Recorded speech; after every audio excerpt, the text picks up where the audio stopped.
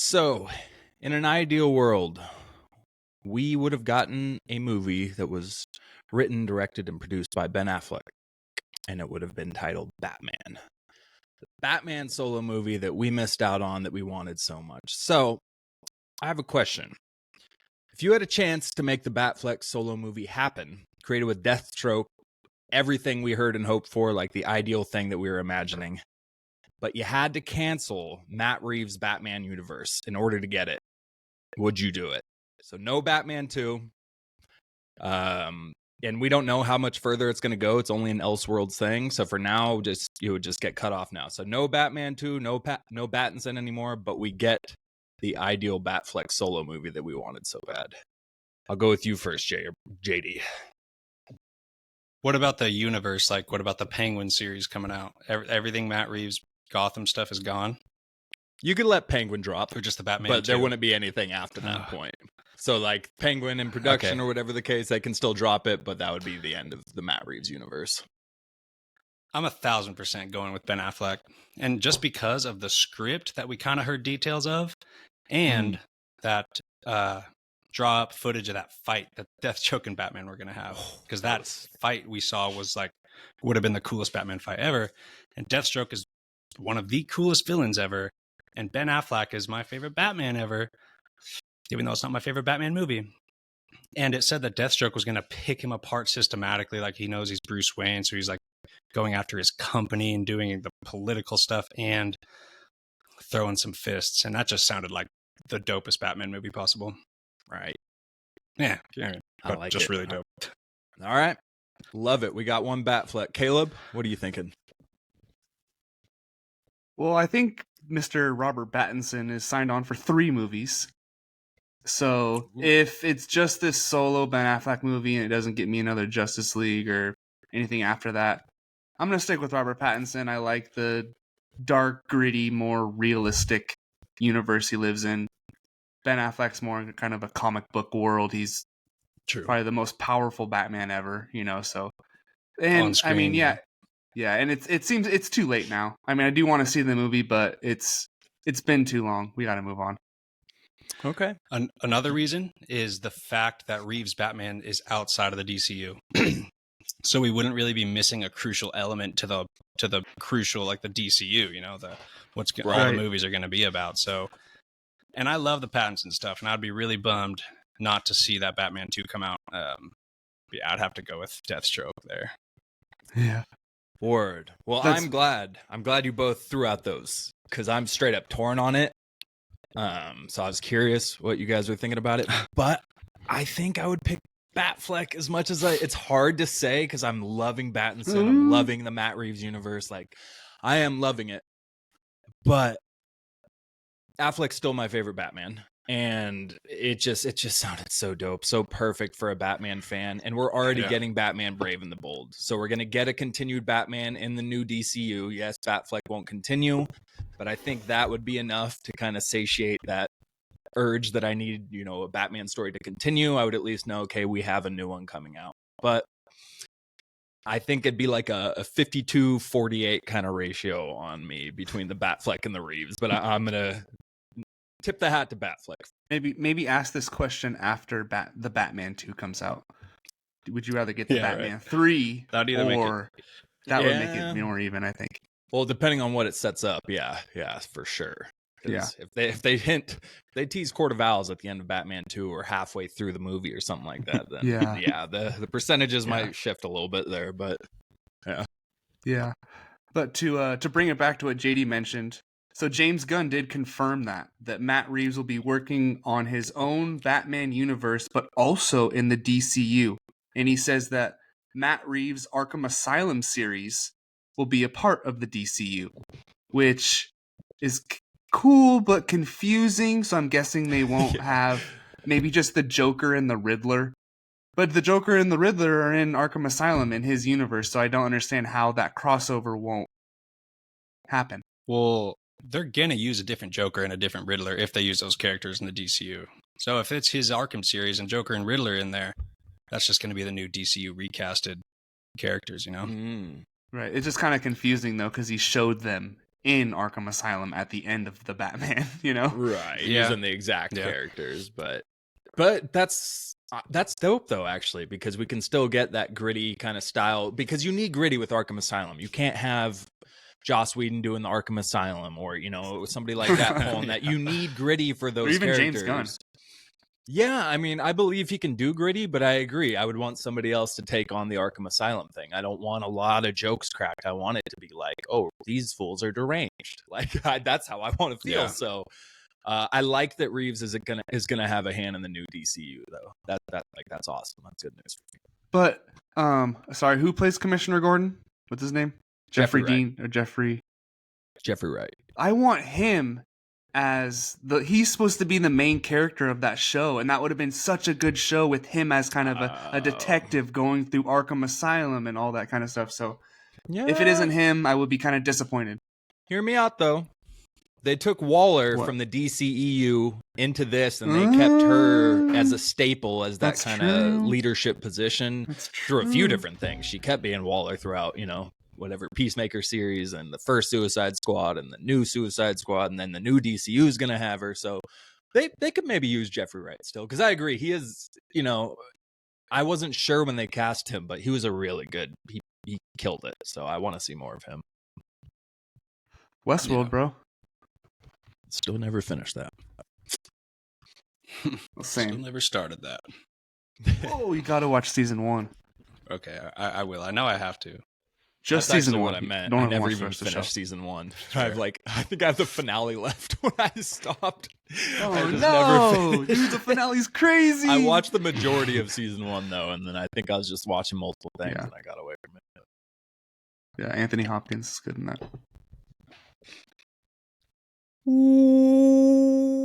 Welcome in to another episode of Why So Sidious, a nerd podcast. Thank you for joining us here tonight. I am David Cochran, your co-host, and here with me are my co-hosts. Did I call myself a co-host? That's fine. We're all equal here. With my co-hosts Jeremy and Caleb tonight. It is your lucky day because you happen to stop by during our very emotional and incredibly insightful memorial service of the DCEU, the Extended Cinematic Universe, that brought us everything from Man of Steel to Aquaman, The Lost Kingdom. But before we break into that celebration of life, let's go ahead and follow us on social media, Instagram, TikTok, and X at Why So Sidious Pod. Also follow us over on YouTube. Trying to get that thing rolling over there. So we got full video episodes of all of our episodes we post on Spotify and everything, and we got the full video on there. We got our clips. Go check it out. Give us a subscribe. Check out some recent episodes. We got our newest episode series, Nerd Therapy, out there. It was kind of a test run. I believe we're gonna keep bringing it back. Ooh, excuse me. And we also have reviews of The Marvels and Godzilla -1, along with our second round of Nerd Octagon, where we pit fictional characters against each other in a battle to the death. But you can do that later. For now, you're going to go ahead and listen to us talk about the reason we are all here, which is the complicated life that we're celebrating. It's been a decade filled with a lot of lows, but a good amount of highs, frustration and anger, a little bit of hope. And a large amount of despair. And that's the best way I can describe the DCEU. So we got some gems and we got some straight up dog water dumpster fire projects that I think we all know who we're looking at. Patty Jenkins. So what we're going to do is just pay respects to what is the cinematic universe and what it brought us. It wasn't perfect, but there were some good things. There were some things we got to shout out, send off in a good positive way, because it wasn't all bad. There's a lot of good stuff that came with this. So, and we'll wrap it up. We're going to rank all 16 movies. We'll get into our favorite action scenes and the best overall moments from the universe. And we'll wrap it up by going over some of the projects, a ton of projects that were canceled, and maybe decide on a couple that we would pick to have made if we had the choice. So, but before we get into all that, there was one lone TV series that came along with the DCEU. There's just a single one, and it was a James Gunn project called Peacemaker. It was a spinoff from the 2021 Suicide Squad movie. And I just wanted to shout it out real quick because I freaking love this show. Like, I was not expecting it to be so good. It just blew my mind. I'm wondering if we're gonna get another. I think we are. Yeah, John Cena posted something. He posted a Peacemaker helmet, I think, yesterday on social media. So I think we're getting more, which is a little confusing too. I guess it'll be Elseworlds. I don't know what the deal was, but real quick, JD, did you watch Peacemaker? Oh, absolutely, loved it. It was the pacing was crazy. It was never boring. It was hilarious. There was good action. It was violent as shit. It was rated R. It was a lot of fun, and I didn't expect it to be good either. Who knew John Cena would be like a good actor from back in his WWE Right? days? You know, Or even as the early acting days, he was pretty corny. He had some rough ones. The Marine, a couple others, I forget. Yeah. He had some, yeah. I mean, I'll Caleb, you make the new watched it, debate. yeah? I think, Oh, yeah, he's probably a better actor than The Rock. I'll put him over 100%. Batista and The Rock. 100%. Yeah, No, he's after actually an seeing actor. Yeah. Yeah. Yeah. He's not just John Cena. This show, it took me a while to watch. I wasn't even really planning on watching it, but I think, Dave, you started watching it and told me about it. I was like, okay, I'll check it out, and then just was immediately in love with it. It's like one of the funniest shows I've ever watched. The action was great. Good overall story with not being like too, big and out of this world. Mhm. So yeah, I'm really excited for season 2 as well. Yeah, I don't know what the fuck a plot's fish. going to be. So tired of that rumor. Well, it's not a rumor. Like, what a hell of a little Easter egg to throw in at the end of the season. Just Aquaman and Yeah. Flash, played by Ezra and Jason. Obviously, they didn't show the faces of the other people, but that was hilarious. John Cena just killed it, man. I did not believe in him. I didn't have faith in him, but he hit so many different ranges in the series alone with emotion. Like, I felt bad for him and his, childhood with his dad. Like, I felt that stuff. It was like, dude, this dude can actually act. So yeah, I second it. He's not Dwayne Johnson. He's definitely Dave Bautista. Maybe, I don't know. He's making a push to pass Dave Bautista. He's got some time, but he was amazing. Yeah. How about the Rogues Gallery conversation with the old man and Batman? Oh my god, it's so funny. Yeah, I don't have any nemesis because I put them 6 feet in the ground. Yeah, that old guy was funny. And honestly, one of the funniest is probably shout out to Freddie Stroma, the guy who played Vigilante. That guy was freaking hilarious.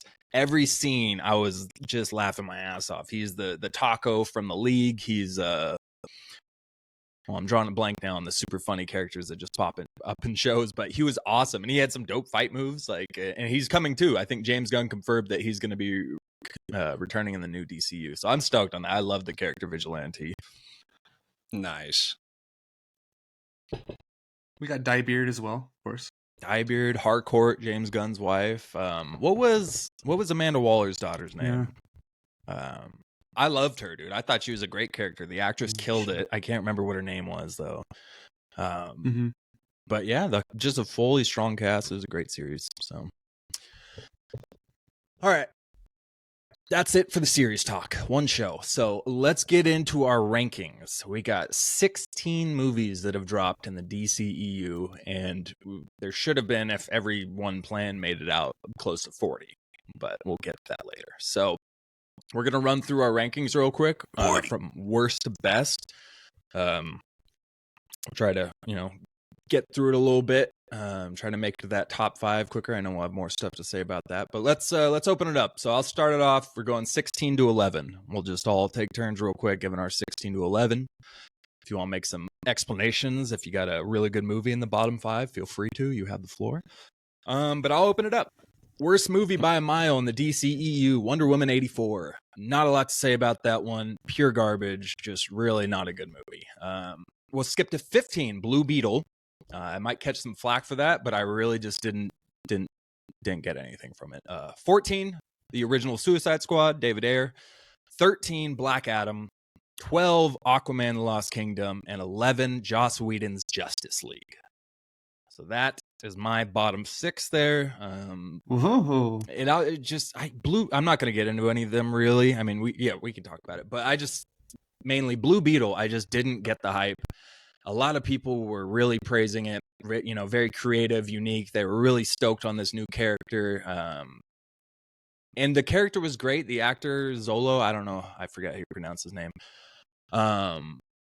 He was good, but it was a knockoff Ant-Man meets Spy Kids. Like, they just copied every trope from the Ant-Man story, so there was nothing really original to it. It was just super rushed through. The action scenes didn't do anything for me.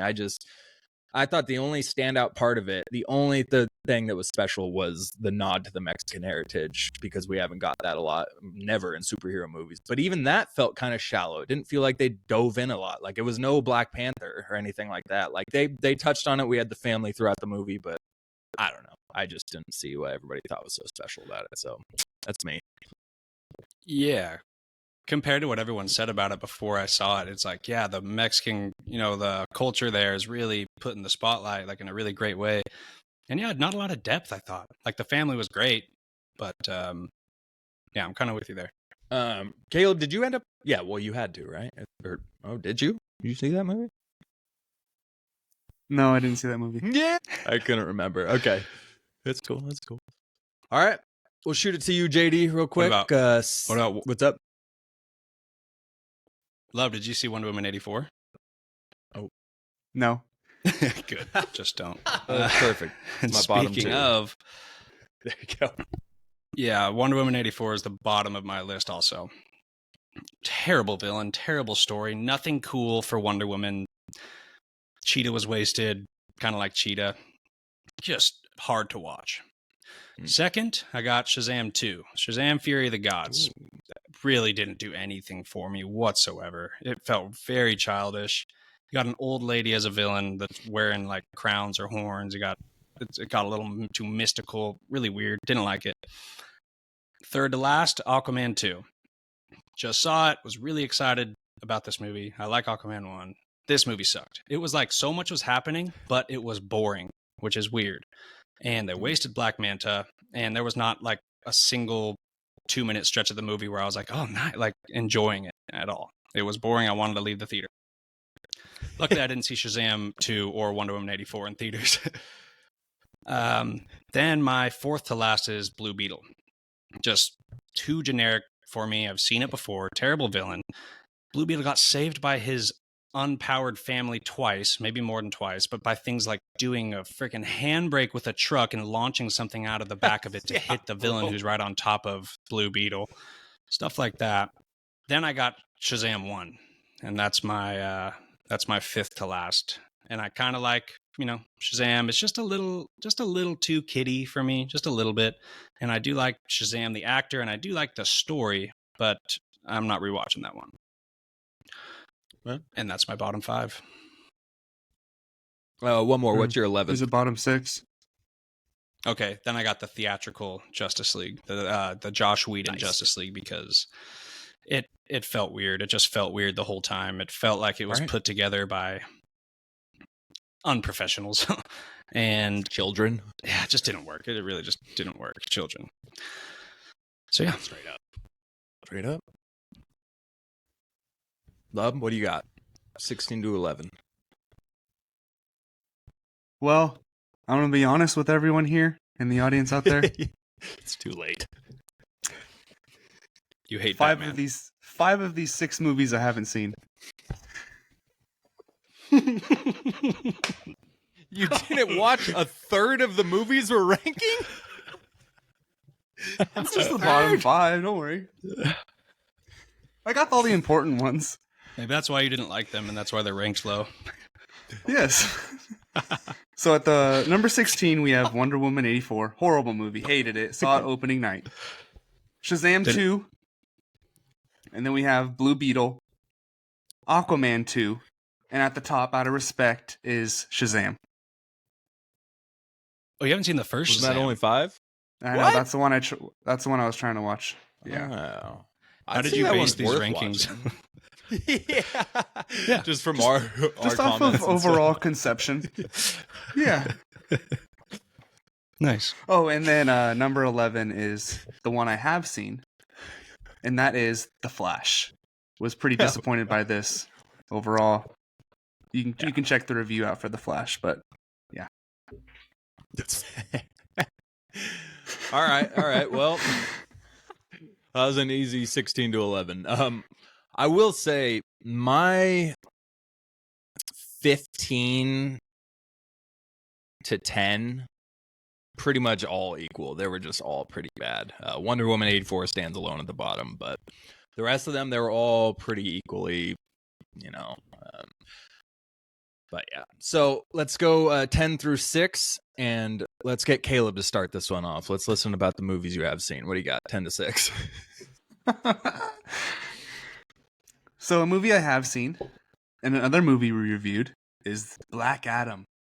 Definitely like the action in this over Flash. Had a couple really great action scenes. The story, kind of generic, pretty mid, but I don't know. The Rock was cool in it. He had his moments, especially in the beginning, and then had that whole, you know, with the Justice Crew. Society. What are they called? Justice Society. Yeah. Justice Oh, Crew. it was the Society. So, Wasn't yeah. it? Dave thought it was Crew too. I thought it was JLA, but And then next I have Birds of Prey. Now this movie is another one that took me a while to watch, but it has some good comedy. Ian McGregor's in it. He's a good villain. I always like Margot Robbie, and I'm a fan of Harley Quinn. So yeah, number 9. And then number 8 we have the theatrical Justice League. So like you said, I think it's better than the other one just because it has, you know, Superman, Batman, Flash, Aquaman. You know, it can't be that horrible, but when you look at the expectations and what the Snyder Cut was, it's definitely pretty bad. it's rough. But it's the DCEU. All the movies are pretty bad. And then Hey, man, this is a respectful ceremony today. shit, not bad. And at number 7, I have the first Suicide Squad. I think who had this in their bottom 5? Wow. Dave? Yeah, I had it 14. Yeah, so I like this movie. I liked it a lot the first time I saw it. As you know, I'm not the biggest Jared Leto hater like everyone else. I think it was decent. It's great. He's wonderful. Dave loves him in all his roles. All his large roles. I am with you there real quick though. Yeah. I actually liked it out of theaters. I got out and was like, because I think Daniel and Kenny or JD and Kenny, I forgot who. JD, I don't know if it was you or not, but one of them and Kenny It was went and me, saw Tanner, it and Kenny. Yeah, and they were like, it was garbage, like straight up trash. That movie was awful. It was the worst movie I've ever seen. I was like, oh god. And then I went and saw it in theaters. I was like, I didn't think it was that bad actually. But then the more I watch it, the more I have issues with it. So, but off the bat, I didn't think it was horrible. But it's a mess, but it's fun, and there's a good cast of characters. All the different, you know, ragtag Suicide Squad. Look, some kind of Suicide Squad. And my last one, number 6, is Aquaman. All right. I know you guys, JD, you're a fan of this movie, right? Yeah, I like Aquaman. I think it's good. Yeah, it's just like, it's a good. I think it's one of the. Well, it's not the best origin story, but it's not the worst when it comes to the DC. It's right in the middle. They tell a good story setting up Aquaman. Worst. I like, and they don't Aquaman. go. They don't. Yeah. It's not overbooked. It's not crowded. There's not a lot of other heroes in that. Till the third act, where literally the entire screen is crowded until they get on top of the submarine. But they tell the story first. Yeah, no, they did. They do. There's cool action. It was cool. It was a good soundtrack too. Me and Megan went and watched it. We both liked it actually when we got out of it. Like, oh, that was a good movie. So, I will say the final fight underwater, you can't tell anything that's going on. It's so confusing. There's just things flying around underwater, and it's dark, it's sad. Okay. Well, there you go. JD, how about you? 10 to 6. What do we got here? All right. At 10, I have Wonder Woman. But you know, I kind of like my top 10. You know, I don't dislike Wonder Woman. It's just it's not really for me, I guess. There's a couple good action scenes. I didn't really like the whole villain thing there. I love Eris. I just didn't like the portrayal of Eris. It just didn't do a ton for me. And then 9, I got Birds of Prey. And it's just it's a pretty entertaining movie. Like it is. It's like it keeps you into the movie just from entertainment alone.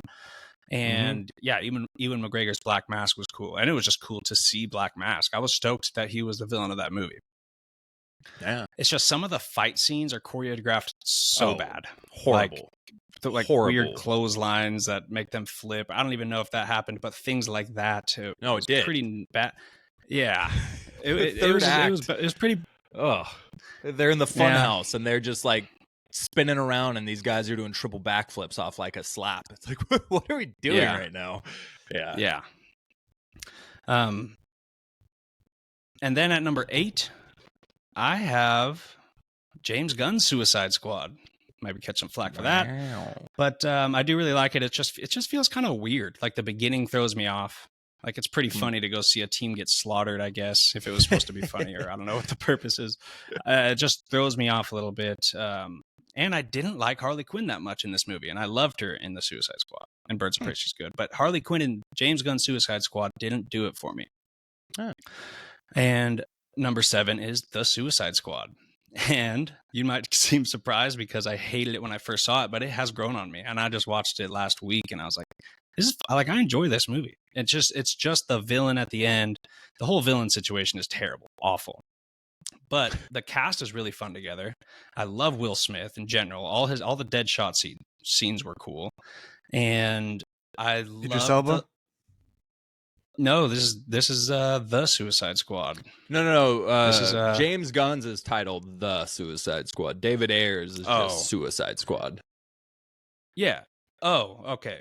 Yeah, you like the Air whatever. one. Number 8 Will Smith. is I like slightly more, which is super weird, but whatever.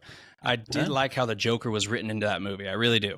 I didn't love the portrayal or his dialogue the whole time. Some of his dialogue was a little cringy. But I loved how he was written in the movie. Just kind of a force that comes in every now and then, causes a ton of havoc, and the relationship with Harley Quinn. That worked for me. And the little Batman scenes, loved it. I loved that Marvel feel where it's like you have these really cool cameos that give a little context into why they're in jail. So I thought that was cool. It's just the ending, the villain and the ending kind of sucks. But and then number 6, Aquaman. We're going 10 through 6. Yeah, I got Aquaman right there. And this is really tough. It was tough to rank that between what I have at 5. But yeah, I got Aquaman. This is top 6 though, so it's getting to where I like these movies quite a bit. So Aquaman is cool. It's very different, pretty unique, and it had some of the coolest choreographed action. And I love Black Manta. And Jason Momoa is very charismatic, so I could watch that movie a lot. So yeah, straight up. That's funny. I was gonna say that too before I got into the list, that the top 6 movies of my list are like the ones I consider to be good movies that I would like watch again, and that I just consider them to be solid. So I got about 6 of them too. I will say real quick about Suicide Squad, the first 10 or 15 minutes were amazing, honestly. I loved it. It hooked me. They obviously had a very expensive soundtrack with, all the major hits they were playing throughout every other scene. But I loved the whole thing, how they brought them all together. Like you said, the backgrounds, all the little clips, the Flash getting Boomerang. I thought that was amazing. And I think that's kind of why I liked the movie the first time, just because that part alone was like, oh, that was dope. Like, that was really cool the way they did that. And that's kind of why I wanted to see the Air cut, to see how much they really did mess with his vision, because it started off pretty sick. So but it just turned into too much of a mess for me. But yeah, no, I agree. I love that start of it. Okay. I'll knock out my 10 to 6 here. 10, Shazam! Fury of the Gods. The Shazam movies in general are just, there's not a lot to it, but I find myself entertained. I like Zachary Levi as Shazam. The villains were pretty generic. It was super generic, actually. But for some reason, I just was able to enjoy it more so than a lot of the other ones. But I only watched it once, and it was in a hotel room. So I wouldn't be surprised if I dropped it lower down the road. 9, The Flash. I've said enough about it. Pretty disappointed. The only reason it's this high is for the rewatchability factor, because I will rewatch the battle with the Kryptonians and Batman and well, not the starting thing, but there's enough for it to be entertaining and there's some good humor Bruce in Wayne it. scene. Yeah, when you get Ben Affleck, you get Michael Keaton and all that. So all of that is enough to get it into the top 10, but it's just really not that good. 8, Shazam. I enjoyed the first Shazam. I thought it wasn't crazy good, but it was entertaining. I'm watching you, Caleb. But it was much better than the second one too. It felt more original. They had the whole family dynamic going. It wasn't bad. So 7, Birds of Prey. Oh, agree with everything. Oh, what's up? my bad. I was gonna say though that it is a good movie. It's like made well. It's like a good movie. Even though it's super low on my list, I could recognize it's a better movie than some stuff that I have ranked higher. Sorry. Straight up. Well, and it's got the scene where they're like 5 blocks away and they're like 70 stories up in the skyscrapers in New York, and the villain's having his monologue for like a couple minutes, and then flashes to Zachary Levi. That was like, funny. Oh, dude, are you talking? I can't hear you. Like, I'm all the way over here. It was a pretty funny little thing there, but That's good. Yeah, 7, Birds of Prey. A lot of entertaining stuff, but the choreography, like JD said, some of the worst I've ever seen in a film. But Ewan McGregor killed it.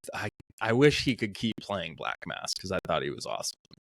Yeah. And then to go with you guys, 6, Aquaman across the board. All 3 of us got Aquaman at the 6th spot. Wow. So yeah, I already gave my piece on that. I enjoyed 666, it. baby. So, uh-oh.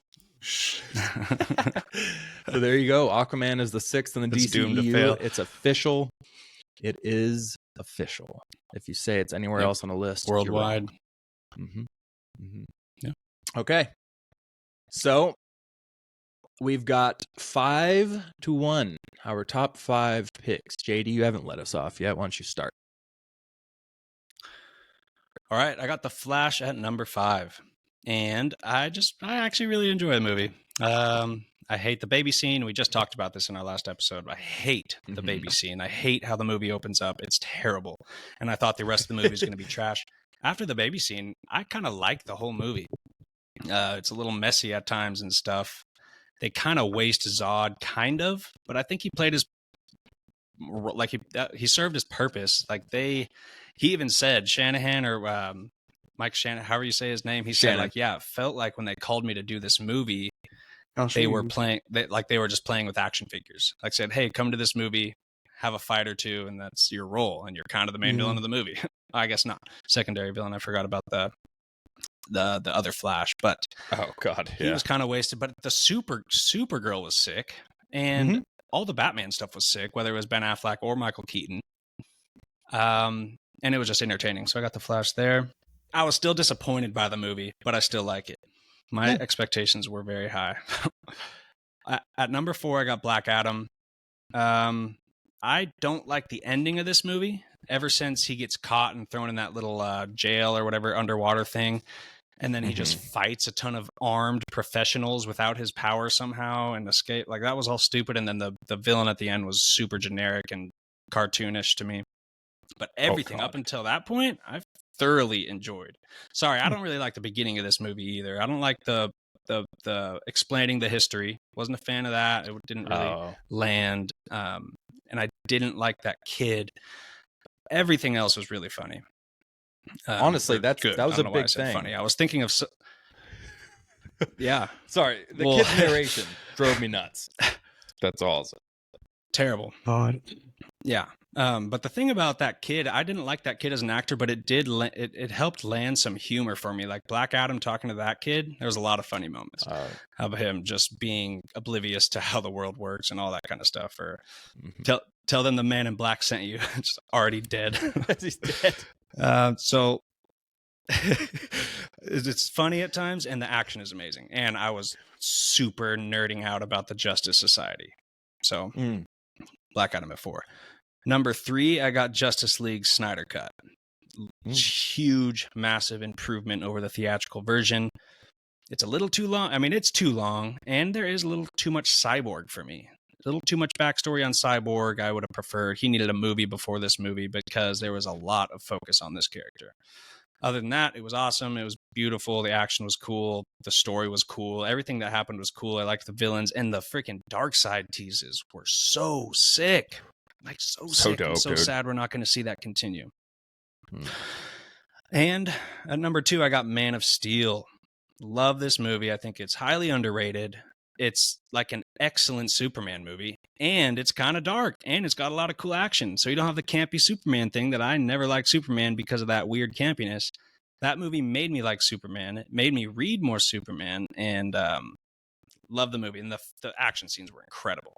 Then at number 1, what's left? Batman vs. Superman, the Ultimate Edition. To be clear, not the theatrical edition. The Ultimate Edition, half-hour longer, 3-hour movie, fills in a bunch of plot holes with Lex Luthor's plan and the motivations of Batman and Superman. So it was everything that was added made it better, and it had some amazing action, and it was intense, and it was just so cool to see Batman and Superman on screen. So love that movie.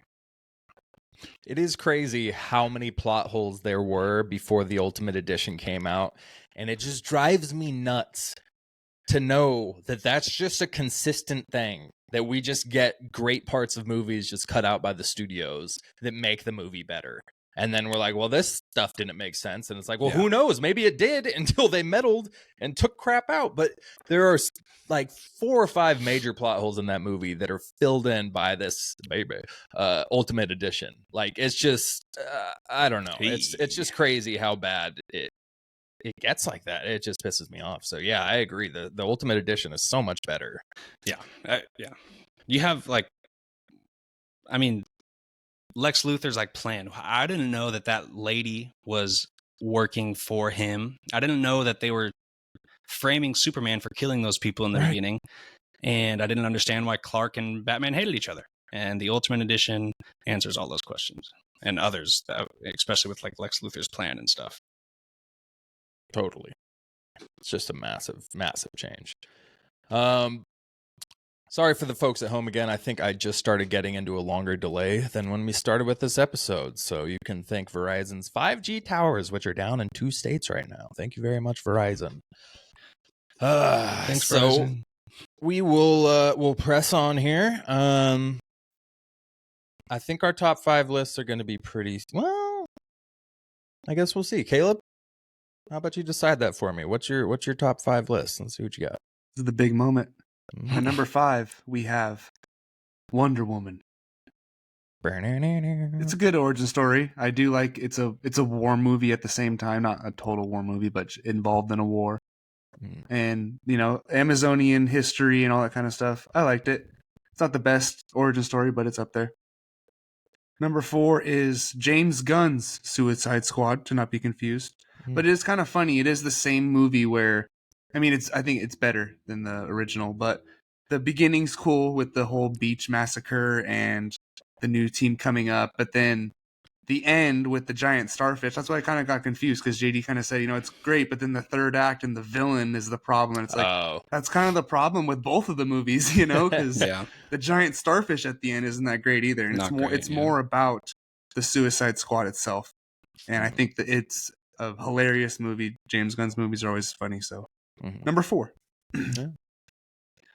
And number 3 is Man of Steel. This is actually a movie I only watched for the first time a couple years ago. It took me a long time to watch. I don't know why. Maybe just never been the biggest fan of Superman.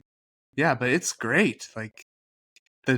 The Zack Snyder kind of flair on it is perfect to make it more realistic, because Superman is kind of like Captain America, where he's corny and so powerful, and righteous and the best person ever. So yeah, but Snyder did a good job. And then number 2 is Snyder's cut of the Justice League. All 5 hours of it. I think I watched it the day it came out. I think I fell asleep halfway through and then watched it again the next day, to try and get everything through. And yeah, it makes the theatrical version look so bad. It actually tells a story. It is a lot of Cyborg, but I feel like he was needed because of how important he is to the story. But yeah, he should have had his own movie. Supposed to. And just like JD, number 1 is Batman vs. Superman, the Ultimate Edition. I don't want to talk too much about it because it does come up in some later topics. There you go. Yeah, it'll be making appearances in the episode for me too. Okay, so that wasn't exactly the top 5 I was expecting, but I think we have all the same movies, at least in mine as well. So number 5, I got Zack Snyder's Justice League. I would like to put it higher because there is so much screen time that I really enjoy. But it's just really hard when it's 4 hours or 4.5 hours or whatever the case is. It's tough. I haven't watched it in one sitting yet. And so there's a lot in it that I love, but there's a lot overall. But like you said, way better than theatrical. It just is mind blowing what they did to that movie because I freaking love Zack Snyder's Justice League. It's just so much good stuff in it. Number 4, I got Wonder Woman. Now, this was bouncing back and forth between Zack Snyder's Justice League, and the only real reason why Wonder Woman made it above it was because of that fact. It's a movie you can sit down and watch start to finish, whereas Zack Snyder's Justice League feels like a TV season almost. So as far as ranking the movies go, I gave Wonder Woman the nod there because Wonder Woman's a really solid movie. Gal Gadot, I'm not a big fan of her, but she really does a good job. And they just did a really good World War I, backstory like that for a superhero. I think it's way better than Captain America: First Avenger, even though it should be just as corny. I don't think it was. I thought it was pretty solid. So the Suicide Squad, James Gunn. I loved it. It landed completely for me. The humor, Polka Dot Man. I mean, it just all of this stuff about his mother. It was so campy and not campy, but goofy, but it landed perfectly for me. So I thoroughly enjoy that movie start to finish. Even the starfish at the end, Starro, I don't mind it at all. Dead, I always mix up their names. It's not Deadshot and it's not Deathstroke. It's what's Idris Elba's character's name? Stroke Pool. Stroke. I can't remember. But I thought he was great in that scene at the starfish. Look, who is it? That's your mom, to Polka Dot Man to hype him up to go kill Starro. I don't know. It all just landed perfectly for me, so I loved it. Number 2, Batman vs Superman. Bloodsport. Thank you. Bloodsport. Who had something to do with violence. Batman vs Superman Ultimate Edition is my number 2. Oh, no! We kind of talked about it already right there, but it's just so much better than the theatrical, and I loved it. It gets so much crap, but hey, there's a reason why I think it's the number 1 selling Blu-ray. I heard some stat about it that Batman vs Superman is the best selling Blu-ray of, I don't remember if it was superheroes or if it was just for DC. I forgot what it was, but it's killing it, and that's for a reason. It's because Batman fans out there, Superman fans out there, comic book fans out there, whatever you want to say, if you're not a Zack Snyder fan, it's still a good movie and it's a hell of a fun watch. So don't even want to hear the hate. I know the Martha thing is bad. Get over it. It's a small portion of the movie. And then my number 1 is going to Man of Steel. It was the only one left, so there wasn't that much tension there. I freaking love this movie. It might be one of my favorite superhero movies just overall of any studio, of any cinematic universe. It's in the top 5 probably for it's just great, bro. I know we should probably do that one soon too. It's just great. Like JD said, I hated Superman. I had no interest in Superman before this movie. I didn't watch any of the movies coming into it. I just thought he was boring. And this movie made me a fan. And Henry Cavill was incredible. Zack Snyder, like Love said, was in his zone. It was exactly like peak Zack Snyder for this movie. You got Christopher Nolan helping with executive producing. You got Hans Zimmer running the score. You've got some of the dopest action that still hasn't been matched. Like the Kryptonian action in Man of Steel was not matched in The Flash. The Kryptonians were not as cool in The Flash as they were in Man of Steel. It's just, and Michael Shannon absolutely eats it up. So it's just, this movie had so much going for it. And it seems like the only reason it gets crap is because Superman killed. And they say he didn't have hope, which is what he's known for, which I call BS because that is literally what they build up to in that movie. It was literally building up to hope. Superman was hopeful. He wasn't angry. He was absolutely heartbroken that he had to snap Zod's neck. Like that broke him. And it was leading into the hopeful story of Superman. And so again, get over it because that movie was great. And people complaining about that aspect ruining it just drive me nuts. So go watch. I don't know. I won't insult you further, but I disagree. So I'm glad you brought that up because I totally agree. And he was on a journey to becoming that hopeful character. And it's proof when you watch Justice League. That was the most colorful, like hopeful Superman ever when he showed up. It's like he had an arc, as movies always do, from starting at the bottom, and then he's going to become Superman eventually. Just because he killed somebody, doesn't mean he's unhopeful, or the arc isn't going towards him being the hopeful Superman that his character is about. So that's ridiculous. Yeah. And it's like a brutal scene. He doesn't want to do it, and he like cries out as he does it. It's a powerful scene. I liked it. It's incredible. Either he's gonna die or those two people are gonna die. I don't know. Yeah, they say, oh, it's angry Superman. It's like the only time he got angry was when Zod threatened his mom, and that was one of the dopest scenes of the movie. It wasn't an angry Superman. It was just a Superman who was finding himself. Like, sorry, they made him kind of human because he is part human. He likes to say that a lot. Right. He's from Earth, so they made him a little human. Like, deal with it. Drives me nuts. Anyways, so that's our top 16. Those are the rankings. We're going to head on to our next category here. We have our favorite or best, however you want to phrase it, moments in the DCEU. So this could be anything from an emotional hug goodbye to a crazy action-packed, just display of dominance, whatever you want it to be, your favorite moments. So let's see who led off last. I guess I think I did. All right, Caleb, why don't you go ahead and start us off then? Moments. We didn't really set a top 3 or a top 5. I think we just said roughly 3 to 5. So if you got a top 3 and some honorable mentions, whatever you want to do, let's hear it. We have a top 3 with 1 OLI. Beautiful. So my 1 OLI is the dark side scenes in Zack Snyder's Justice League, like Jay talked about. Just getting the tease that it can't possibly happen of Justice League 2 and 3. It was so cool, and the Wonder Woman Amazonian War, and there's like the Green Lanterns in the fight, and as Wonder Woman's like explaining everything, so cool, and then he just jumps down with the hammer, hits it down. Zeus in the fight, it was sick. And then the end scene where Steppenwolf's head kind of rolls to his feet as after that sick ass kill, and he's like, ready the armada, and he's standing there with his army, and it's just such a good tease. So dope. Number 3, Superman's return in Justice League. Ooh, I think they did that so good in Zack Snyder. Black suit. Come on. There you go. And dude, Steppenwolf looks so much better in this version. Like, it's not even close. And you get Wonder Woman, Aquaman, and Cyborg are trying to fight him. Flash is out there using the Speed Force.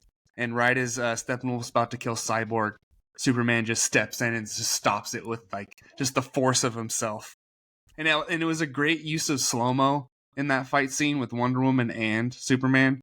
I know Zack Snyder loves that, but it was actually pretty cool in those scenes where Steppenwolf tries to punch him in the face, and Superman just looks back and watches the fist go by him. That's so cool. And then number 2, we have the first flight in Man of Steel. Oh. So you have Russell Crowe in the background basically saying, you've grown stronger here than I ever imagined. The only way to know how strong is to keep testing your limits. And he just like jumps and takes off, and there's the Hans Zimmer score in the background. And Snyder does have these moments of brilliance. Like, he is a really good creator. He just sometimes can't get it out how he wants it to, but like there's like these words of wisdom playing throughout the scene of his father, and it's a little rocky at first. He can't control it, and then he just gets it, and he's flying to space, flying around the world. So great scene. It is a great moment. Then my number 1 is the nightmare sequence. In Justice League? Mm-hmm. Yeah, Justice League. Yeah. Yeah, you Batman get the Superman. I'm picking the Justice League Joker. one. I know Joker. Yeah, with the Joker. It was like the last scene.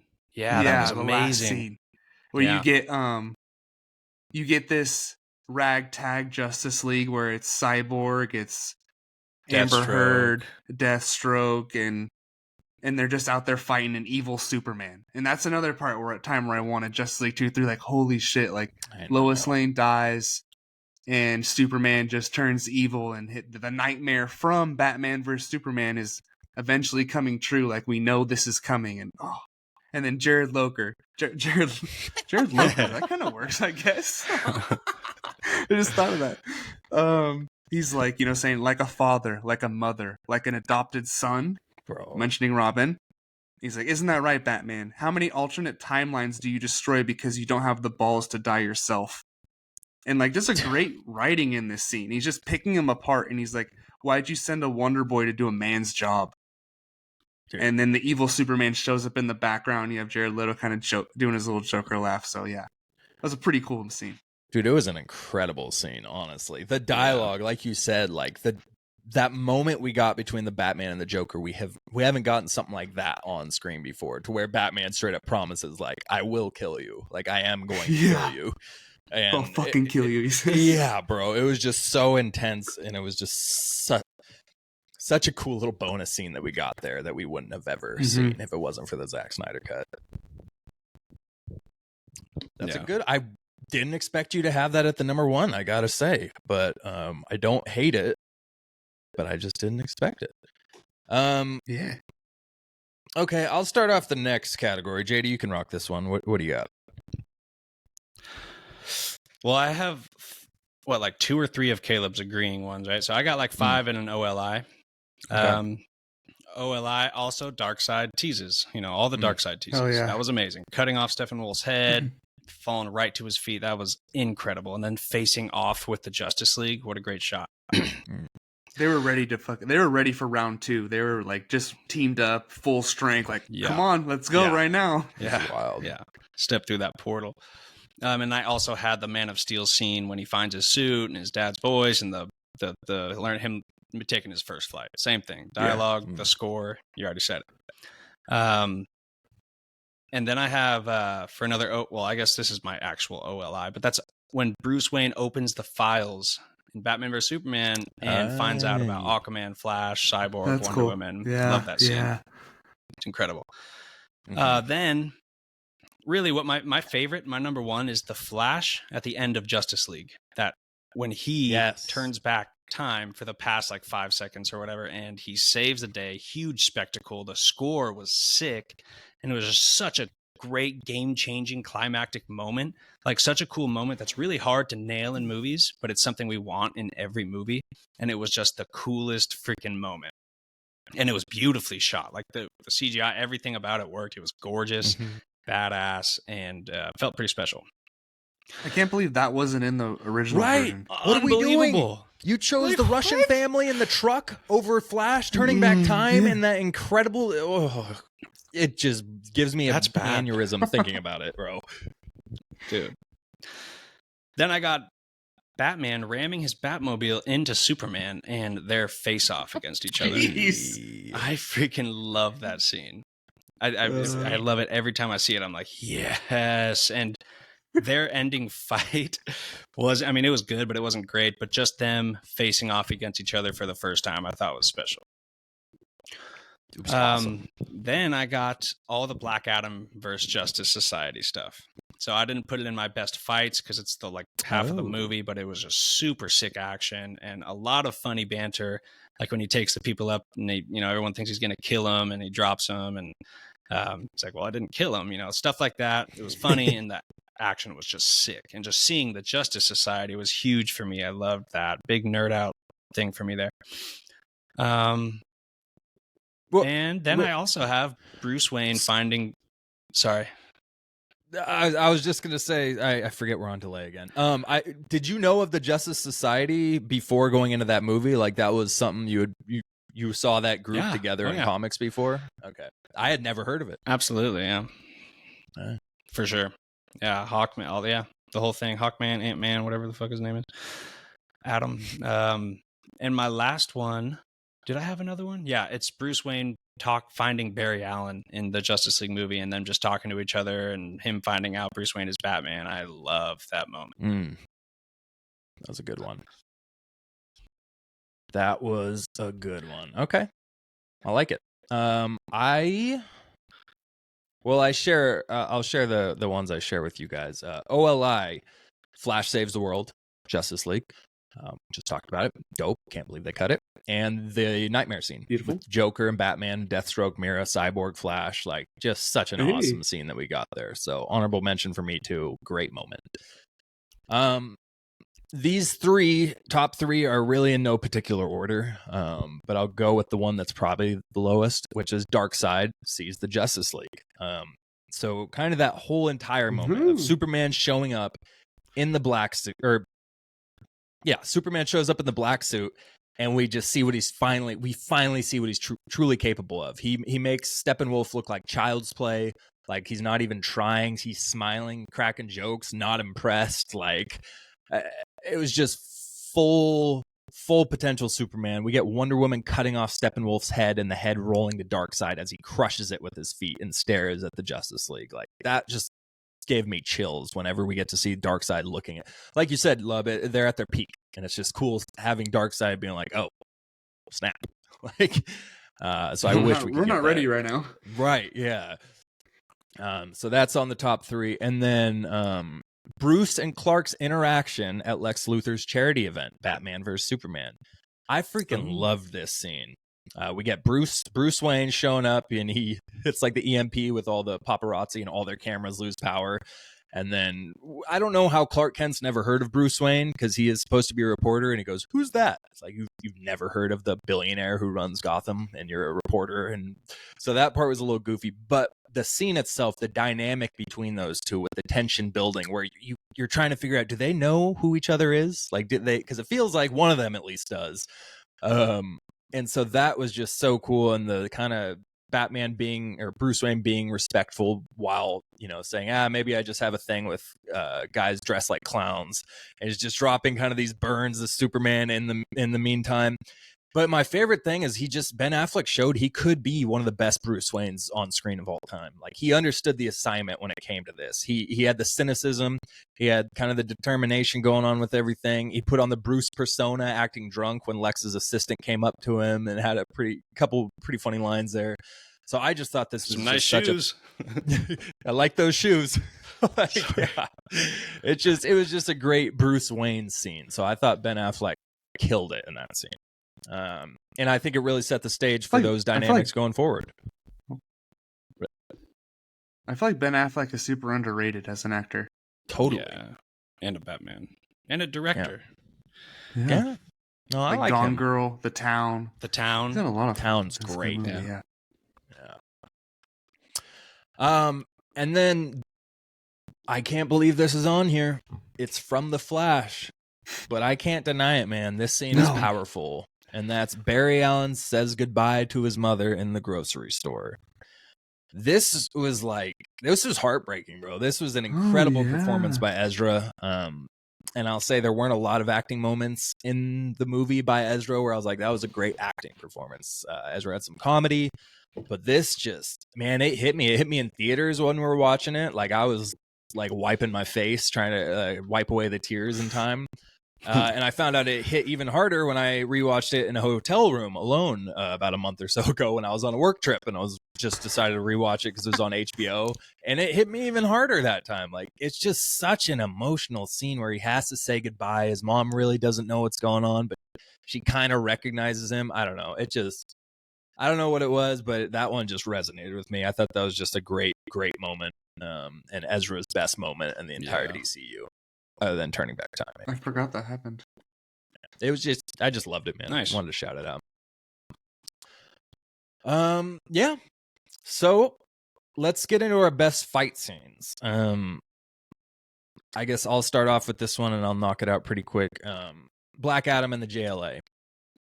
It was kind of half the movie, but it was my favorite part of that movie. There was such cool scenes when Hawkman dives out of the ship, and I think I won the rewatch. I don't think it did show his ass cheeks like me and Lub thought when we were watching the movie, because we're like, did we just see Homeboy's ass cheeks? I don't think it did. Maybe they edited it once they put it on HBO. I don't know.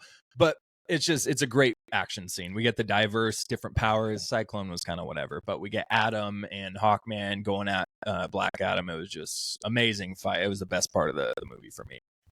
And then I got Batman warehouse scene. We've talked about it plenty, but I mean, it's one of the best on-screen Batman scenes we've ever gotten.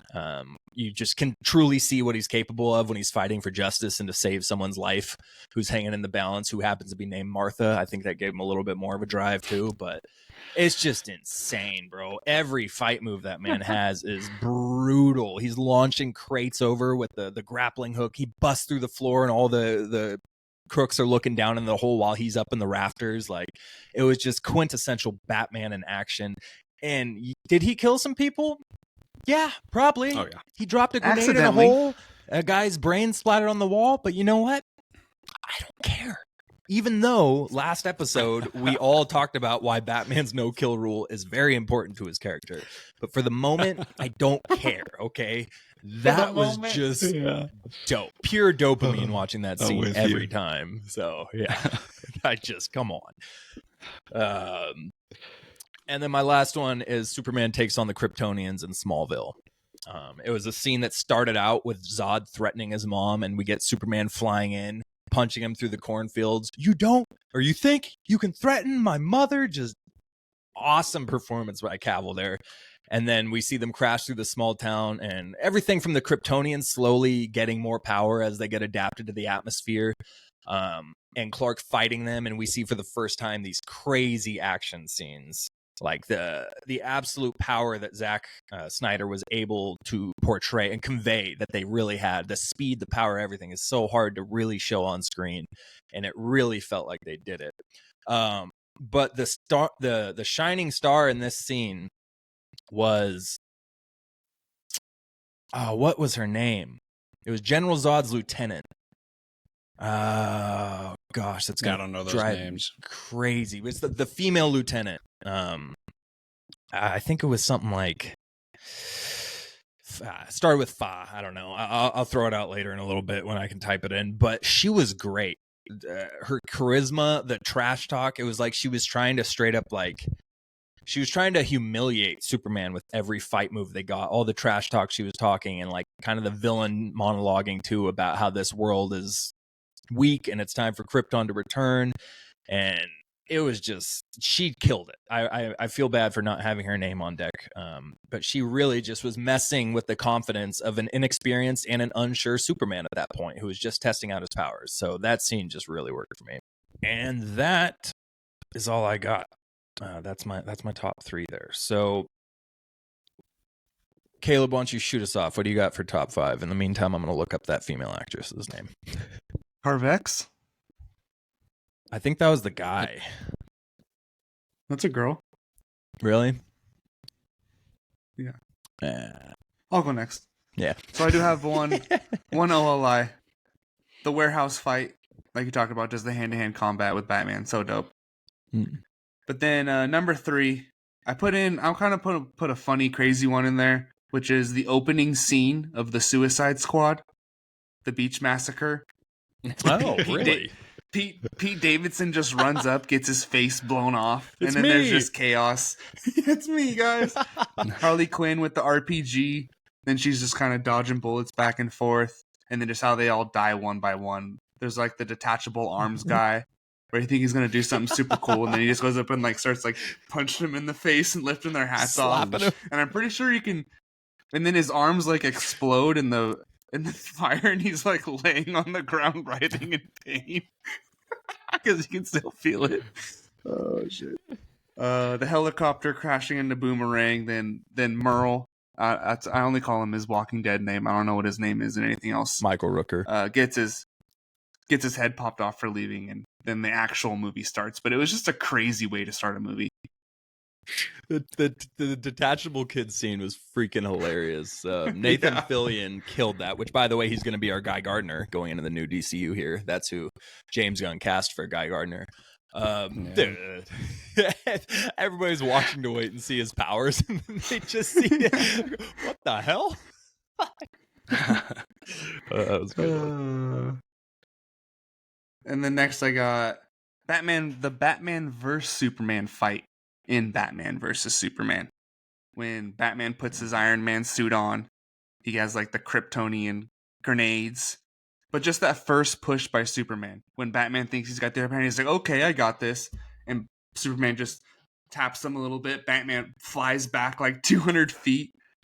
And, the grenades give him an upper hand for a second, but like when Clark finally gets his powers back and Batman's punching him in the face over and over again, and then it just slowly turns to steel. It's like ding, ding, ding. And he's like, oh shit. Yeah. And Batman's straight up trying to kill him here. I think he's breaking his no-kill rule when he's trying to murder Superman. He picks up like a freaking sink and is like bashing his head in with it and swinging him around. So he's getting a little crazy, but it's a sick-ass fight. And my number one is another fight scene from Batman vs Superman because, it's the best movie out there. And it's the Nightmare battle. So when Batman's out there, he thinks he's getting the kryptonite, but it's a double cross. And then he just goes ham on the loyalists. And it's all one shot, which I really like. And great choreography. Batman's just shooting guys. I mean, there's killing going on in this Nightmare. It's the future. He's definitely moved on from that shooting role. People. So he's just slaughtering everyone in sight. So yeah, love that scene. Nice. Hell yeah. That was your one spot, All right. huh? That was one spot. Okay. All right. JD, what you got? I got for OLI's Black Manta versus Aquaman on the land and Mara, because she did some cool shit. Like when she starts screaming and turns the wine into like nails and throws them at the enemy. I thought that was sick. So sick. And the whole scene is really good for me. That's my OLI. I also have the warehouse scene. We covered it. Best Batman action scene ever. Love it. And then I also have the Superman versus the two crooks. And I have it as crooks in my notes, just like you said, crooks. And that was just amazing. It's like they really, really took care in the choreography of this fight, not to just make it another fight, but to put something special into this fight. Like they put together a beautiful fight, and it was so sick. But I also have Zod vs. Superman. So Zod vs. Superman was incredible. Felt like Dragon Ball Z. Big Dragon Ball Z fan here. And it felt like the craziest one-on-one fight I've seen from a comic book movie. Just smashing through buildings and the emotion behind Zod, how angry he is, and all the shit he yells at Superman. It's super believable, and the fight is incredible. And my last one, in no particular order, is Aquaman's mom versus the Atlanteans in her house in the beginning of the movie. Really? I think it's one of the best action scenes like ever. It's so sick for me. I love it. It's choreographed beautifully. The camera work is awesome. And all that action is so sick. I love that scene every time. I'm like, God damn, I want to see more of this kind of action. And that's my best fights. Yeah. I guess when you mention it, there is very unique choreography that goes on with that scene, with the camera panning around the house the whole time, where it's going corner to corner as these spears are, getting chucked through the TV, through the wall. It is pretty unique choreography. That's a good point. I kind of overlooked that scene. And the way she kicks people through walls or throws the dagger at people or like launches heavy objects at them or whatever was going on, it felt very like believable and pretty, it was intense, fast paced, and that scene is pretty sick. I like it. Well, just as far as fights, Yeah, no, yeah, it's got some dope choreography to it.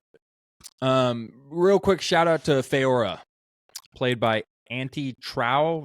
There's no way I pronounced either of those names right, but that is the female lieutenant in Man of Steel, Feora. But she was dope. Shout out you. Okay. I guess that leads us into before we get into the canceled DCU films, which we'll rush right through that, but if you could bring over two aspects from the DCEU into the new DC universe, what would it be? It's hard. This one was kind of hard for me. JD, why don't you kick us off here? All right, number one is the dark tone, which DC caught a lot of flack for, but I really like it. It puts them like one step above Marvel in like for adults in a way. So I really want them to carry the darkness over As long as you still do have laughs and fun, because I think we're getting a lot of variety with James Gunn, and that's good. That is great. I just want to make sure they keep going to that dark level when they need to, because it's really enjoyable, especially for adults, I think. Mm. And 2, I have the Trinity front and center in the DCEU. I hope they're front and center in the DCU. So, a lot of focus on Batman and Superman and Wonder Woman, and she wasn't like exactly front and center in the DCEU, but she was really close. I mean, she might have been third place. Sure. Mhm. Yeah, maybe they did. They did those 3 front and center. She had more solo movies. I was gonna say, True. yeah, She had had the 2 most. movies, Yeah. and she was in Justice League, Batman vs. Superman. She might have been in the most movies out of. She was. Yeah. Yeah, I mean, Well, I don't know. and she's in Shazam too, and Especially she's her in cameos. Flash. Right. Yeah. So keep them front and center. And I need a lot of freaking Green Lantern and Swamp Thing and other characters, but it should really primarily focus on the Trinity. I like it. Those are good answers. Caleb, what do you got? I went with a little bit more overall, and I went with the casting because I think they did a great job casting Superman, Wonder Woman, and Batman, just like the Trinity, what JD was talking Mhm. about. And even Jason Momoa with Aquaman and Cyborg, and everyone was casted very well. They played the characters, they embraced the characters. Everyone but Ezra. So they need to do that again with these new roles, besides Ezra. Unless the one grocery store scene will come out. And second is the action. So Zack Snyder, he does love his slow-mo, but his fights are, for the most part, very well choreographed, and you can feel the punches. I know that's super cliche to say, but in Man of Steel, in Batman vs Superman, like those punches they throw to each other or hit each other with are brutal, and you can feel how the pain that they're probably feeling, unless you're Superman. Yeah. So yeah, they need to bring that type of kind of realistic, brutal action that Snyder has. I like it. Okay. I like this too That's a because good we all answer. kind of had different answers. Not even as far as the direct answer, but in kind of the way we answered it too. So I like it. So mine's gonna be a little different too. Mine's a little bit more direct and is probably cheating, but my number 1 is Henry Cavill. I just want him back. I just want him to come over as Oh my Superman. God. I want his entire Man of Steel backstory. I want the black suit that we just got. Like I said, we really started setting everything up for him and his hope story. And You can't do that. It's just he just found his purpose, and he's gone. He's gone. And so that would be my number 1 thing I would bring back. Oh no. Oh well, Henry Cavill was down too. I know it's brutal. He It's was down to absolutely come brutal. back. Bro. It drives me nuts. A smaller aspect I'd like to bring back is I like the mythos with Darkseid and with the Greek gods fighting with the Green Lanterns and that historic ties that they all shared on Earth with that. I like that aspect. I love the idea of historic Green Lanterns having worked together with Ares on Earth and all. Like, I love that. So I would love for that to continue. That or just the whole Suicide Squad. Bring them all back. James Gunn Suicide Squad. All that. But either one of those are kind of half things. But I guess I'll stick with the Zeus one. Yeah, that's such a cool thing to have with the history of Earth on there. That is. Yeah. All right. So before we head out of here, I'm going to rattle off some of the canceled projects that we were told would happen but never came to fruition. And at the end, so just maybe just while you're listening, just keep in mind of a couple if you had the choice to get made to finally come through, you would pick out of all these. So I have a feeling a couple that, all right, one doesn't count because I know it's going to be everybody's, which I'll start off with that one. So 18 projects I'm going to list off. There were well over 20, and I'm not going to dive into, we'll be here all day if I explain why, but there are 18 very significant ones that I'm going to list off. And I'm not even including small ones like Michael B. Jordan's Val Zod project, which was announced. He was supposed to do a Kryptonian story of Zod's cousin or whoever the hell Val Zod is. But that was a thing. But I'm not even including stuff like that, and there's still 18 of them. Yeah. So was this all planned for after Justice League? No, some of them were Or before. This is throughout Okay. all of it. Well, no, Justice League was 2016, wasn't it? So they were pretty steady for the first 3 movies, right? Man of Steel, Batman vs Superman, Justice League. They all Batman, bam. yeah, they kind of rushed them all, but yeah. But yeah, so the first one, which I know will go on everybody's list, is The Batman. Like we talked about it before, Matt Reeves' project, Ben Affleck was supposed to helm, write, direct, produce with Deathstroke. It was going to be awesome, and we didn't get it. So, Man of Steel 2.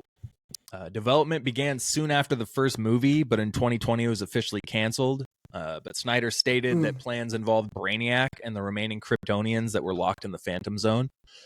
So, sounds pretty sick. Would have been the first time Brainiac made it on screen. We would have got continued. It sucks. That would have been a dope one. JD, this one might track more with you. I'm not familiar with it, but New Gods. They started development for it in 2018. Are you aware of the comic run with it? Is it Darkseid and some other people? Yeah. Well, they're just like at war with Darkseid all the time. So like the New Gods, the Old Gods, and Apocalypse. Yeah. So I've never really enjoyed them that much. So I would be super interested, depending on who's directing, because I'm really curious about their history and like more about them. But they've never really like caught my attention in the comics. They're kind of weird. Okay, fair enough. It was going to be directed by somebody named Ava DuVernay. She did some good shit. She's done well. She did Selma, kind of the biopic surrounding. Right? No, she's MLK. on a project coming up short. Like she's done some stuff, and I think she's planning on doing something soon. That's big for us, like some nerd stuff. Oh, really? I'm looking at her IMDb, but maybe I'm seeing her movies. There's nothing nerdy on here, and I must be thinking of something else. But okay, DuVernay sounds like something I've heard of a lot recently, but never mind. Yeah. Well, it was supposed to be her, which seems weird looking at her prior films. I go with no. Then I wouldn't want to see that New Gods movie. I'm very confused. For the listening audience, there's not really anything outside of dramas. It's like a Chloe Zhao situation. Yeah, kind of, huh? She didn't really do anything anywhere near Eternals before Eternals, right? Yeah. Batgirl. We all know what happened there. The infamous Batgirl movie that not only filmed but fully developed and produced it, and then they decided to shelve it, as many are theorizing was just a tax write-off by WB. It was supposed to release in April 2022. Deathstroke would have starred Joe Manganiello reprising the role as he was in at the end of Justice League there. It would have been a standalone film, $40 million budget. Unfortunately, it was canned, and we only ended up seeing him twice, like 5-second segments at a time. Nightwing, announced in 2017. This would have followed Dick Grayson stepping out of Batman's shadow and forging his new identity in Bloodhaven, which, by the way, I swear this was the first time I ever even read about this while I was prepping for this episode, because while I was reading it, I was like, they stole my freaking script.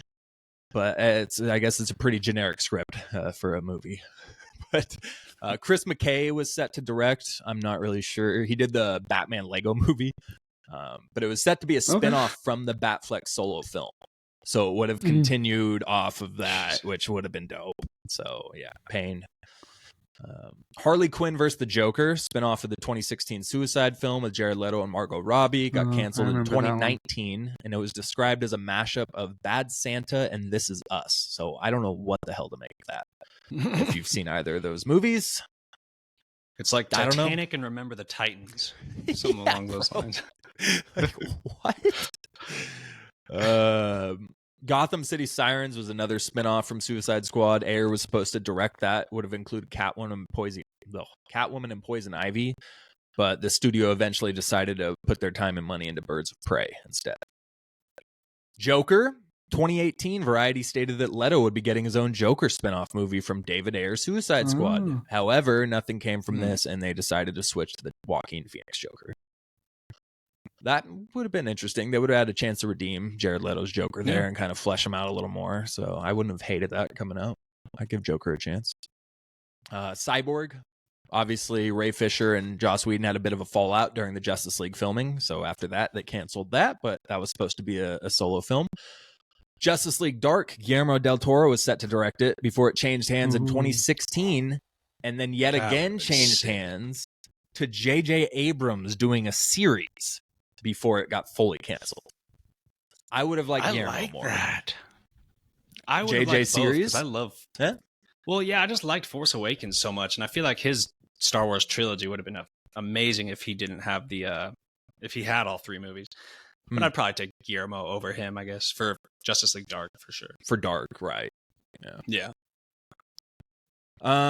Zatanna, supposed to be a spinoff of that Justice League Dark movie, canceled in 2022. Green Lantern Corps. This was actually announced before Batman vs. Superman even came out.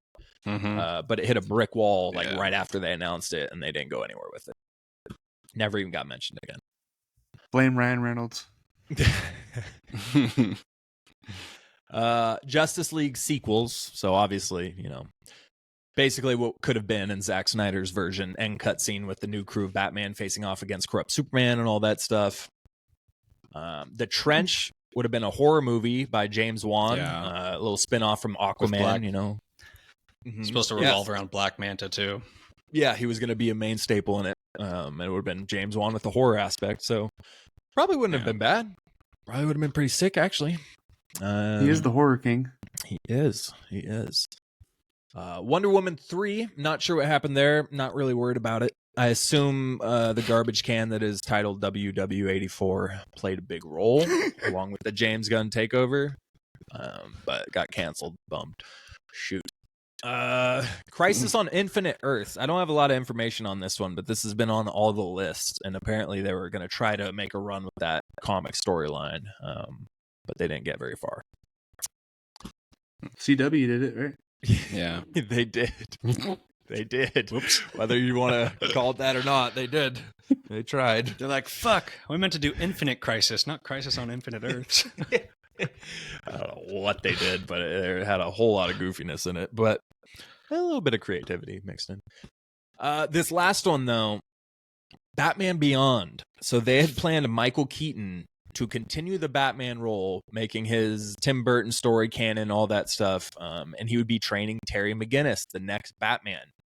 So I don't know if you guys watched that animated series, Batman Beyond, but it's Batman in the black suit with the red bat logo, no cape.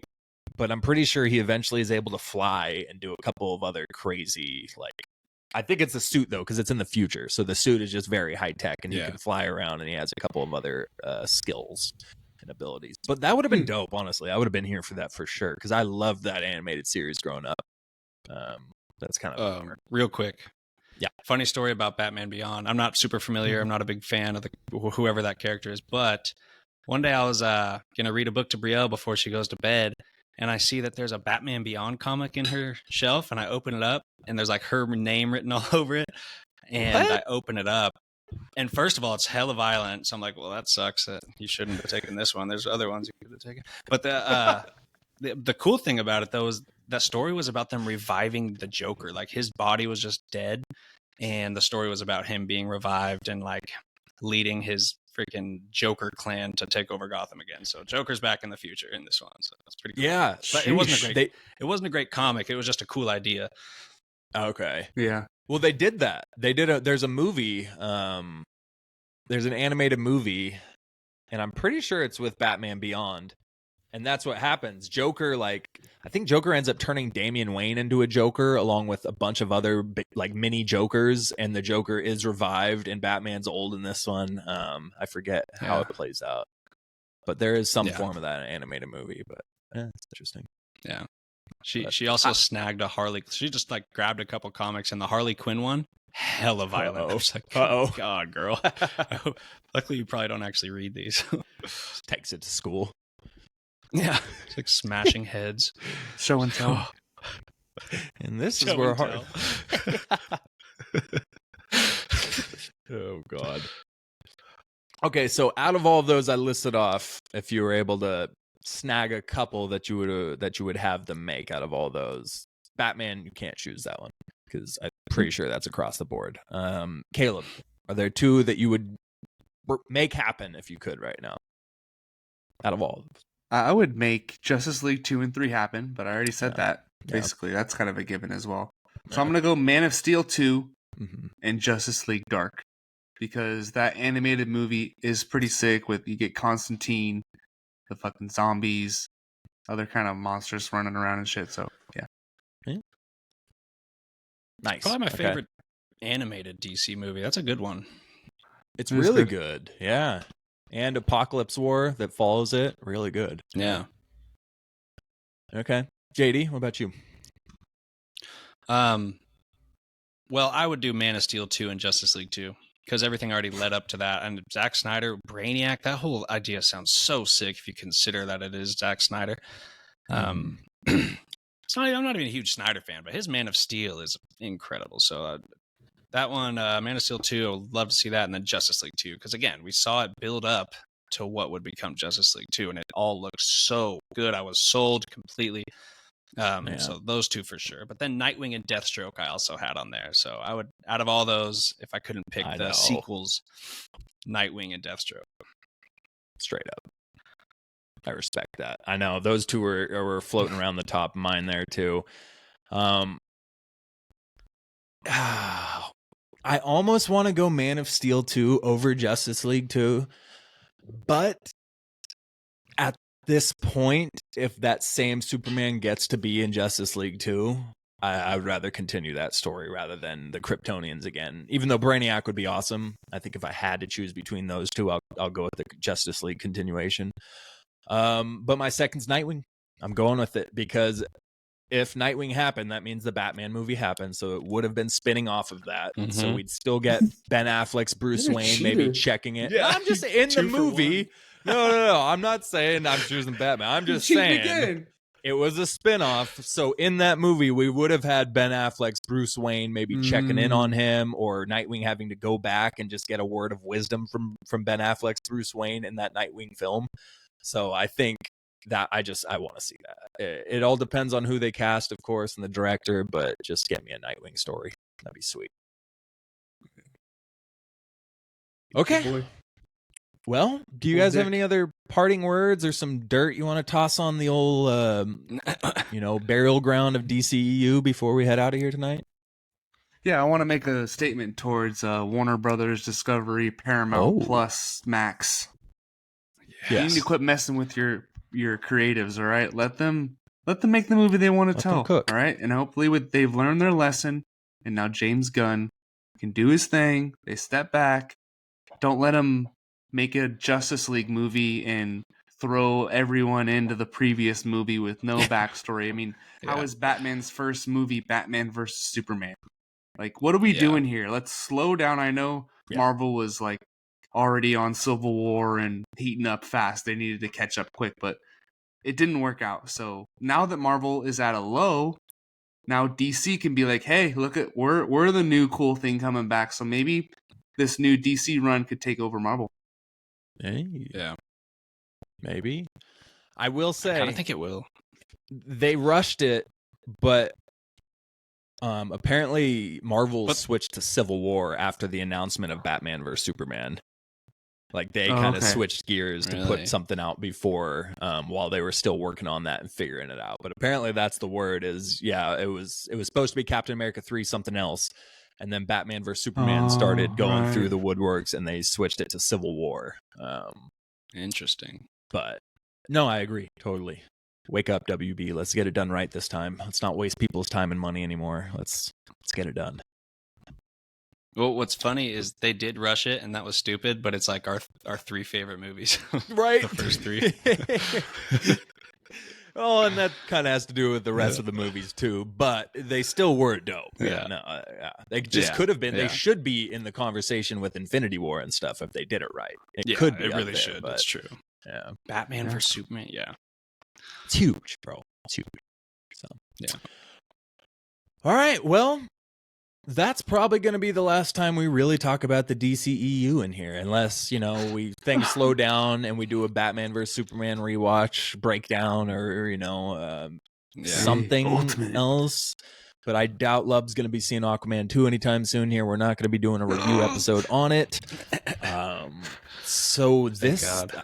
this may very well be, not positive, but may very well be our send off to the DCEU. So thank you for stopping in and listening to us. It is, apparently it's done. We're killing it. Nail in the coffin. Well, we did just put dirt on it, so unless they want to pull a zombie on us, it's dead. So yeah, thank you for coming to our memorial service of the DCEU. It was fun. I'm glad we got to talk about all these movies. We've been meaning to do it for a while, and now that Aquaman 2 is out, it's officially dead. It was about time. So check this out on YouTube if you're listening on Spotify, just because rewatchability. Our episodes have it, and you'll get to see us on video. A lot of good stuff there, extra deleted scenes that might not show up on the podcast. So go ahead and check us out on YouTube and social media while you're at it. So, as always, thank you for before I sign off, we will also be, what are we doing next, boys? What do we got coming for the listeners out there? What, MCU ranking? Yes. What's What If? Is MCU What If almost over? Yes. Us and the Galactic Core podcast, if either of you two want to hop in, I don't think you guys have watched it yet, but if you have, you're obviously more than welcome. We're going to briefly run through it this weekend coming up here, I think. We got What If. We have Daredevil. We're going to talk about Daredevil season 1. Caleb finally watched it, and so we are going to talk about it. And me and JD can't wait because we've been itching to talk about this thing on a podcast since we saw it. So we're going to be getting into that. And we got Echo dropping in 4 days, baby. I'm so stoked. I'm so stoked on Echo. And it all drops at once. So we might be coming pretty soon with that, actually. All 5 episodes drop the same day. Yeah. So I'm thinking I'm probably going to binge it. I think this is going to be an amazing show. So probably. Yeah. Dude. And we just got Kingpin from Daredevil Netflix series canonized from the most recent trailer of Echo, showing his backstory. Like, exciting times for Daredevil fans out here. So we've got plenty of content for you guys coming up here. So be sure to be tuning in, checking out for those release dates and everything. Oh, and of course, our cities, our second annual City Awards 2023 will be coming out as well. So we got a ton of stuff on the slate. So tell your friends, tell your mom, tell your sister, have them download, follow us, and shoot us a message or something. So anyways, thank you as always for joining us here, and we will see you next time on Why So City, a Nerd podcast. Oh.